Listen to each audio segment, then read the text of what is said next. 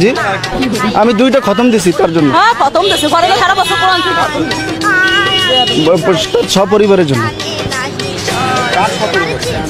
বঙ্গবন্ধু এবং তার পরিবার, শেখ পরিবার যারা এই 15 আগস্ট যারা নিহত হয়েছে তাদের জন্য। আপনারা এগুলো সরাবেন নাকি আপনারাও তার সাথে পাগল হয়েছে? আমাকে ঢুকতে দিল না, ঢুকতে দেয় না, আমি ঠিক আছে, পুলিশে বাধা দিয়েছে। আমার নাম মাওলানা ওলিউল্লাহ, পিরিজপুর থেকে আসছি। পিরিজপুর থেকে আসছি আমি, থাকি ঢাকা আসছি কিছুদিন আগে, ঢাকা এক জায়গায় থাকি।